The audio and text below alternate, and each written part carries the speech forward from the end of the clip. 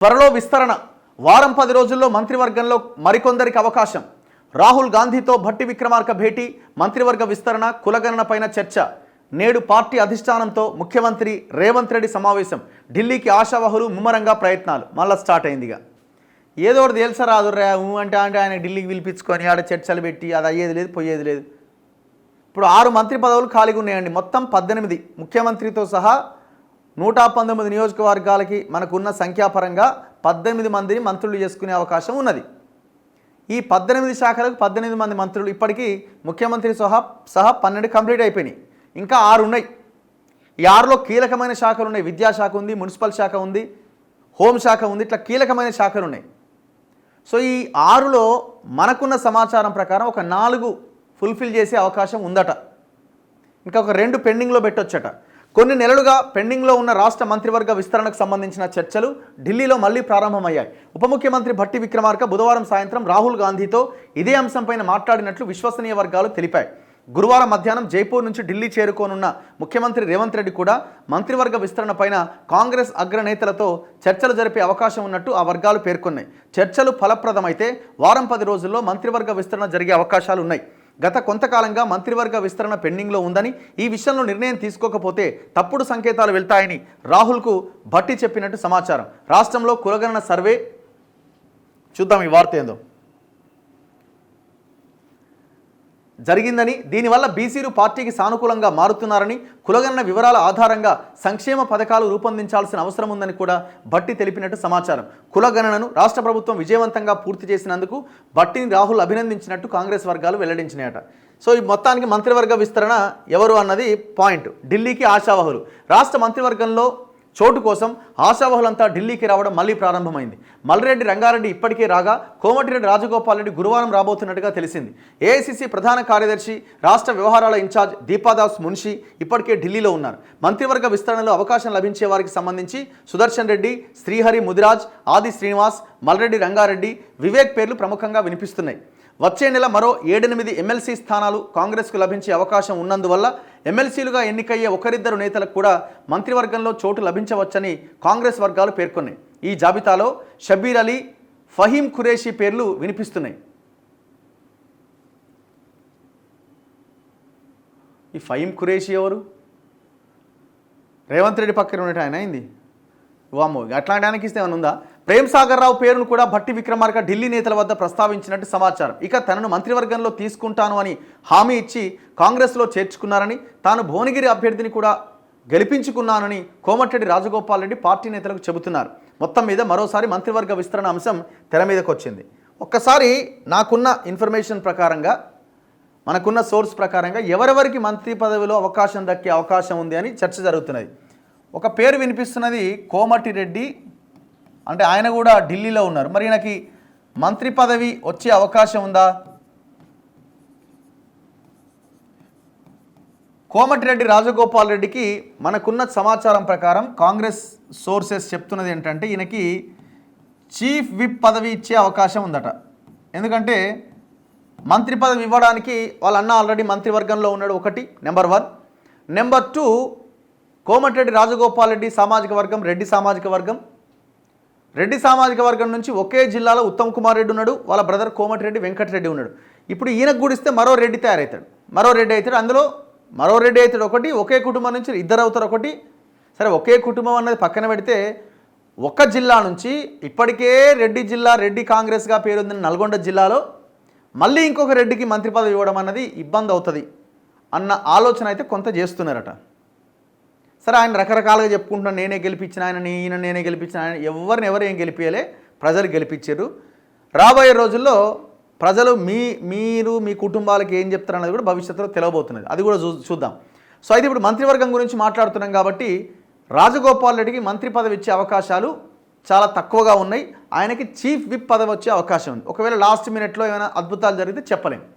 So Rajagopal రెడ్డికి chief whip పదవి ఇచ్చే అవకాశాలు ఎక్కువగా కనబడుతున్నాయట. అండ్ ఇంకొకటి అడ్డం వచ్చింది ఏంటంటే, ఇప్పుడు అక్కడ నిజామాబాద్లో సుదర్శన్ రెడ్డికి ఇవ్వాలని ఒక ఆలోచన చేస్తున్నారు. సో మళ్ళీ ఇప్పుడు రాజగోపాల్ రెడ్డికి ఇస్తే మళ్ళీ ఇంకా ఉన్న 4 ఇప్పుడు 6లో 4 ఇస్తారట, 4 ఇచ్చి ఇంకా 2 ఆపుతారట. మరి 4లో మళ్ళీ ఇద్దరు 2 రెడ్లకే పోతే మళ్ళీ ఇంకా తప్పుడు సంకేతాలు పోతాయి. సో ఇదొక కారణం ఉన్నది. సో అట్లా రాజగోపాల్ రెడ్డికి ఏదో ఒకటి ఇవ్వాలి కాబట్టి ఆయనకి చీఫ్ విప్ పదవి ఇస్తారట. ఇది కూడా క్యాబినెట్ హోదాతో కూడిన పదవే. మరి ఇప్పుడు రేవంత్ రెడ్డి కూడా దగ్గరయ్యే ప్రయత్నం చేసి ఆడ మొన్న ఏదో జరిగింది ఇట్లా బొట్టు దూడ్చే ప్రయత్నం చేసిండు. ఇవన్నీ రకరకాలుగా నడుస్తాయి. ఏమైనా చేస్తారు వాళ్ళు, ఏది చేయడానికి రెడీ అవుతారు. ఇప్పుడు ఈ మంత్రివర్గంలో మొత్తం 6 పెండింగ్ ఉన్నాయి. ఈ 6లో 4 ఇచ్చే అవకాశం ఉందట. ఇంకా 2 పెండింగ్లో ఉంటాయి. మళ్ళీ పెండింగ్లో ఉంటాయి.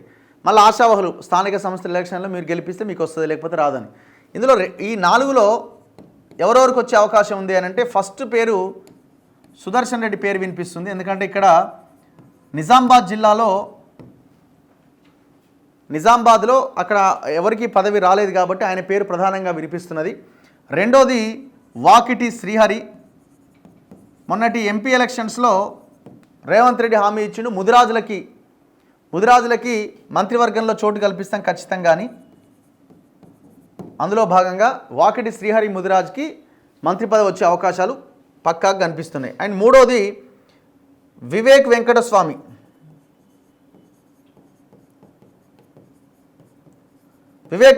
మొన్న మాల గర్జన పేరుతో, సింహ గర్జన పేరుతో కొంత మాలల్ని ఏకం చేసి ఒక బహిరంగ సభని ఆయన పెట్టిండు.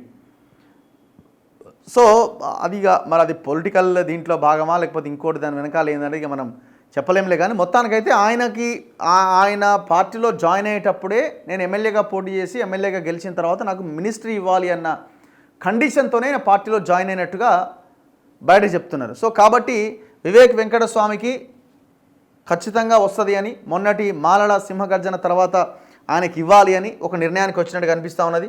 వాకిటి శ్రీహరి ముదిరాజ్, సుదర్శన్ రెడ్డి. ఇక నాలుగోది మల్రెడ్డి రంగారెడ్డి పేరు వినిపిస్తున్నది. ఎందుకంటే రంగారెడ్డి జిల్లా నుంచి కానీ హైదరాబాద్లో వీళ్ళు గెలిచిన ఎమ్మెల్యే ఎవరు లేరు. అండ్ రంగారెడ్డిలో కూడా ఎవరికి ఇవ్వలే. సో ఇప్పుడు హైదరాబాద్కి దగ్గరగా ఇబ్రహీంపట్నం నియోజకవర్గం కాబట్టి ఆయనకి ఇస్తే 2 కవర్ అవుతాయి అన్న ఒక ఆలోచన చేస్తున్నట్టున్నారు. రంగారెడ్డి నుంచి మళ్ళీ ఆయన పరిగి రామ్మోహన్ రెడ్డి కూడా ఆయన ఎక్స్పెక్ట్ చేస్తున్నారు. మరి ఆయనక అంటే ఈయన కొంత ఎక్కువ మార్కులు పడుతున్నాయి అన్నది ఒక చర్చ జరుగుతున్నది. మరి చూడాలి అది. లేకపోతే మల్రెడ్డి రంగారెడ్డి కాకుండా ఇంకా చాలామంది హైదరాబాద్లో ఉన్న వాళ్ళు మొన్న ఎమ్మెల్యేగా ఓడిపోయిన ఆయన ఎవరు మైనపల్లి హనుమంతరావు అడుగుతున్నాడు, ఇంకా మిగతా వాళ్ళు కూడా అడుగుతున్నారు. సో ఇట్లా ఈ 4 పేర్లు ప్రధానంగా వినబడతా ఉన్నాయి. ఈ 4కి మినిస్ట్రీలో అవకాశం దక్కే ఛాన్స్ ఉందంటే మరి ఇవాళ ఆంధ్రజ్యోతిలో అయితే ఆది శ్రీనివాస్ పేరు కూడా వినిపించింది. మరి ఇలా బీసీలు అంటే ఒకటి వాకిటి శ్రీహరి ఉన్నారు, ఒకటి ఎస్సీ మాల, రెడ్డి. మరి ఈ ఈక్వేషన్ ఎట్లా? ఆల్రెడీ 4 రెడ్లు ఉన్నారు. ఉత్తమ్ కుమార్ రెడ్డి, కోమటిరెడ్డి వెంకటరెడ్డి, పొంగులేటి శ్రీనివాసరెడ్డి, ముఖ్యమంత్రి రేవంత్ రెడ్డి. పదవులన్నీ వాళ్ళే ఉన్నాయి. మళ్ళీ ఇంకా ఉన్న 4లో 2 రెడ్లకి ఇస్తారా? ఇదైతే ముఖ్యమంత్రి పట్టుబడుతున్నాడు సుదర్శన్ రెడ్డికి ఇవ్వాల్సిందే. మరి ఇది ఏమైనా కట్ అవుతుందా? ఇది కట్ ఏమైనా బీసీకి ఇస్తారా? ఆది శ్రీనివాస్ పేరు ఏమైనా తెర మీదకి వస్తుందా? మళ్ళీ అట్లా హైదరాబాద్లో ఒక్కరికి కూడా ఇవ్వలే. మళ్ళీ ఇక్కడ ఇంకా 2 ఉన్నాయి. ఇంకా ఈ 2లో ఒక్క ముస్లిం మైనార్టీ కూడా మినిస్ట్రీలో అవకాశం లేదు. ఖచ్చితంగా ఒకటి ముస్లిం మైనార్టీకి పోయే అవకాశం ఉంది. మరి ఇది ఈ దాంట్లో ప్రకటిస్తారా లేకపోతే 2వ విడతలో ప్రకటిస్తారా చూడాలి.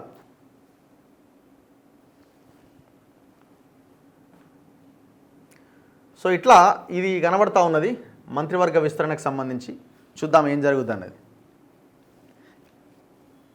ఏది ఏమైనా ఆల్రెడీ ఉన్న వాటా ప్రకారంగా 4 ముఖ్యమంత్రి రేవంత్ రెడ్డి, ఉత్తమ్ కుమార్ రెడ్డి, పొంగులేటి శ్రీనివాసరెడ్డి, కోమటిరెడ్డి వెంకటరెడ్డి, మీకు 4 మంత్రి పదవులు ఉన్నాయి ముఖ్యమంత్రితో సహా. అండ్ కీలకమైన శాఖలు ఉన్నాయి. నీటిపారుదల శాఖ ఉత్తమ్ కుమార్ రెడ్డి, రెవెన్యూ మినిస్టర్ పొంగులేటి శ్రీనివాసరెడ్డి, రోడ్లు R&B శాఖ కోమటిరెడ్డి వెంకటరెడ్డి. ఇంకేం కావాలా మీకు? మళ్ళీ ఇంకా ఎందుకు? ఇప్పుడు అదే సుదర్శన్ రెడ్డికి ఇచ్చే బదులు అక్కడ ఒక బీసీకి ఇవ్వండి. ఇప్పుడు సుదర్శన్ రెడ్డికి ఇవ్వకపోతే పార్టీ మొత్తం ఆగమాగం అయిపోద్దా? లేదే, అవకాశం కూడా లేదే. మరి ఆదిలాబాద్ జిల్లాలో కూడా ఎవరికి ఇవ్వాలి? మరి అక్కడ అవకాశం ఎట్లా?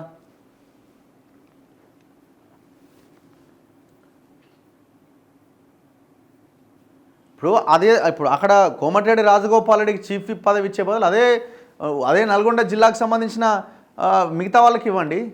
వేముల వీరేశం ఉన్నాడు, మందుల సామేలు ఉన్నాడు, బాలునాయక్ ఉన్నాడు, ఒక ట్రైబల్ గిరిజనుడు ఉన్నాడు, అక్కడ బీసీ ఉన్నాడు బీర్లాయలయ్య. మరి వీళ్ళు పనికిరారా? చీఫ్ విప్ పదవికి?